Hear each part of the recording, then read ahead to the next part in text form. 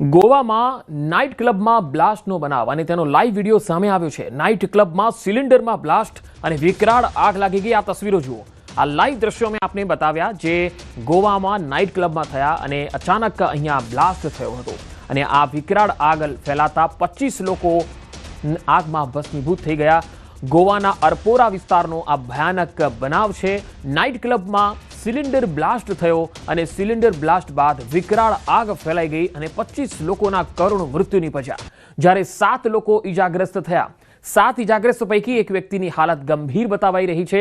Night ક્લબમાં મોડી રાત્રે ભયાનક સિલિન્ડર બ્લાસ્ટ થયો। મૃતકોમાં બધા જ નાઇટ ક્લબ સ્ટાફના સભ્યો હોવાનું પણ મનાય છે। વિસ્ફોટ એટલો શક્તિશાળી હતો કે આગ થોડી જ ક્ષણોમાં સમગ્ર ઇમારતમાં ફેલાઈ ગઈ। 2 કલાકની જહેમત બાદ આગ પર કાબુ મેળવાયો હતો। ગેસ લીકેજના કારણે બ્લાસ્ટ થયો હોવાનું મનાય છે। પોલીસ અને એફએસએલની ટીમે સમગ્ર ઘટનાને લઈને તપાસ હાથ ધરી। ક્લબની સેફટી, ગેસ કનેક્શન અને એક્ઝિટ પ્લાનની પણ તપાસ કરવામાં આવશે। વડાપ્રધાન નરેન્દ્ર મોદીએ સોશિયલ મીડિયા પ્લેટફોર્મ એક્સ પર પોસ્ટ કરી અને મૃતકો પ્રત્યે સંવેદના વ્યક્ત કરી। ઘાયલો જલ્દીથી સ્વસ્થ થાય તે માટે પ્રાર્થના કરી। સાથે ગોવાના મુખ્યમંત્રી સાથે પણ વાતચીત કરી। ગોવાના સીએમ પણ ઘટના સ્થળે પહોંચ્યા હતા અને તેમણે પણ જે ઘાયલો છે તેમની ખબર અંતર લીધી હતી। પીએમ નેશનલ રિલીફ ફંડ દ્વારા મૃતકોને 2 લાખ, ઈજાગ્રસ્તોને 50,000ની સહાયની જાહેરાત કરાઈ છે। ક્લબને સીલ કરી માલિકોની પૂછપરછ કરવામાં આવી રહી છે।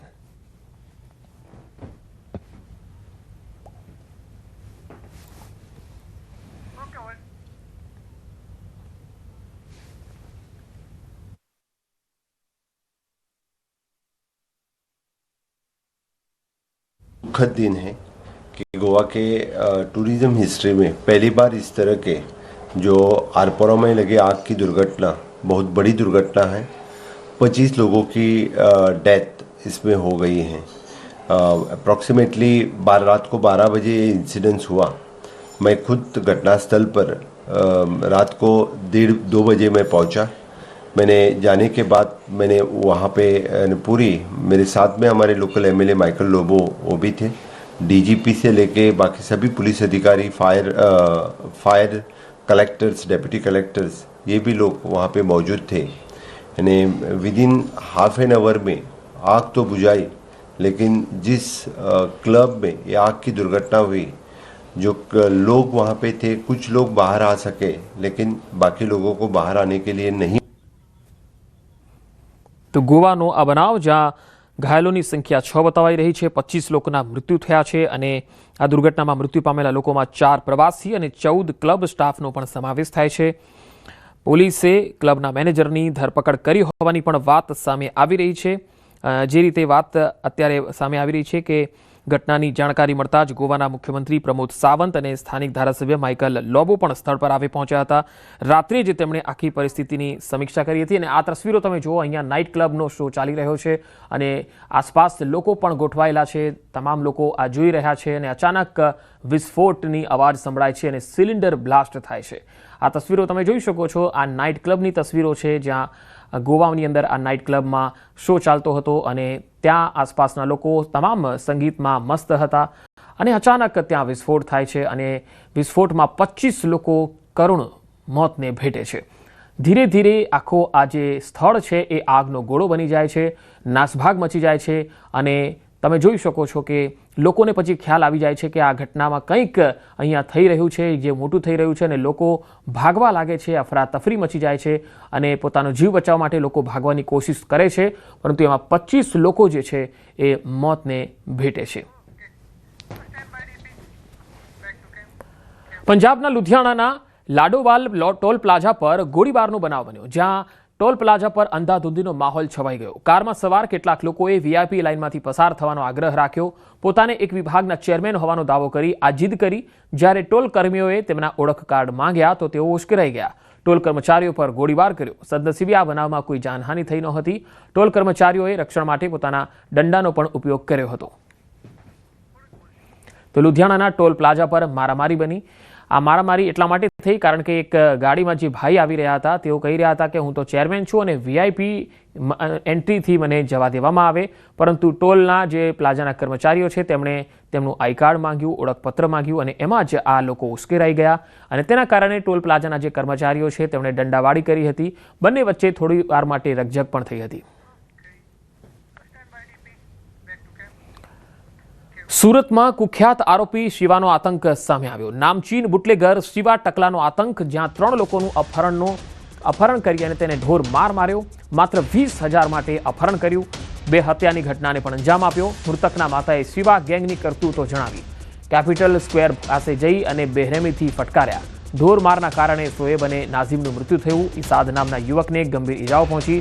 એકનો મૃતદેહ ગોડાદરા અને અન્યનો મૃતદેહ નંદુરબારથી મળી આવ્યો. શિવા કુખ્યાત આરોપી છે અને અગાઉ પણ તેના સામે અનેક ગુનાઓ નોંધાયેલા છે. પોલીસ પર હુમલાના ગુનાઓ પણ શિવા ટકલા સામે નોંધાઈ ચૂક્યા છે.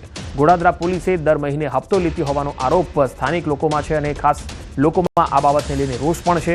પરિવારે ન્યાયની માંગ કરી છે. 8 बजे फोन आया, मेरे लड़के ने ही बात करा. फिर मैंने पूछी उसको, बेटा तू कहाँ है? सोएब मैं कब से फोन लगा रही, मैंने तेरे को 4 बजे भी फोन लगाई. तो मेरा लड़का ऐसा आवाज बहुत कम आ रहा था उसका, धीरे धीरे बोल रहा था. तो मैंने कहा सोएब क्या हुआ तेरे को? तो बोला अम्मी ये लोग मेरे को बहुत मार रहे, मेरे से पैसे का बोल रहे. अम्मी तुम 20,000 रुपये ला दो. लाश उसके लाश देखने जैसी नहीं थी भाई मेरे बच्चे की. नीचे ऐसे 2 दांत ऐसे दिख रहे थे और ये नहीं था उसका, और बाल भी नहीं थे उसके पूरे. कुछ भी बहुत ऐसा बेरहमी से ऐसा मेरे बच्चे को मार के फेंक दिए ऐसा उन्होंने. દારૂ વેચવાનું ખુલ્લેઆમ છૂટ કોણે આપી? પ્રશ્ન તો એ થાય. હું એમ માનું છું કે જેટલો જવાબદાર શિવા યાદવ છે એટલો જ જવાબદાર સ્થાનિક પોલીસ પણ છે. કારણ કે આવા રીઢા ગુનેગારને પોષવાનું કામ પોલીસ તંત્ર કરી રહ્યું છે અને કાયદો વ્યવસ્થા સુરત શહેરમાં સરેઆમ પડી ભાંગી હોય એટલે આવી રીતે ક્રૂર રીતે, અતિ અમાનવીય રીતે જે હત્યા થઈ છે શોએબની અને નાઝીમની. સુરતમાં નકલી કિન્નર મામલે મારામારીનો એક વિડીયો વાયરલ થયો. બારડોલી તાલુકાના સરભોણ ગામમાં લગ્ન પ્રસંગમાં નકલી કિન્નર બની અને પૈસાની માંગ કરતો હોવાની જાણ થતાં સ્થાનિકોએ બારડોલીના કિન્નરોને આ અંગે માહિતી આપી. જે બાદ બારડોલીના કિન્નર અને તેમના સભ્યો સરભોણ ગામે પહોંચી ગયા અને આ નકલી કિન્નર બની અને પૈસા માંગતો હતો એવા 2 લોકોને ઢોર માર માર્યો. નકલી કિન્નરોએ જાહેરમાં મેથી પાક આપ્યો. મેથી પાક આપ્યા બાદ ડુપ્લિકેટ કિન્નરે માફી પણ માંગી લીધી.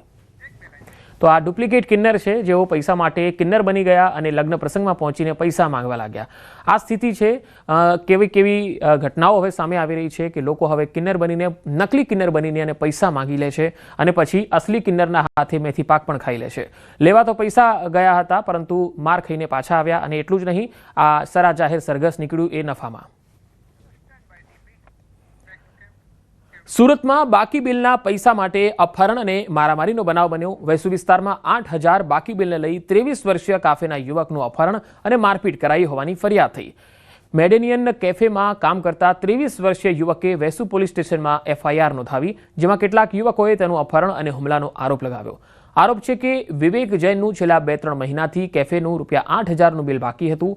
જસ્મીને છેલ્લા અનેક દિવસોથી વિવેકને ફોન કરીને બિલ ચૂકવવા માટે વિનંતી કરી. જે બાદ વિવેકે પોતાના મિત્ર દીપક જૈન સાથે મળી તેને માર માર્યો. આ મારપીટ દરમિયાન વિડીયો રેકોર્ડિંગ પણ કરતા હતા. વેસુ પોલીસે વિડીયોના આધારે તપાસ હાથ ધરી.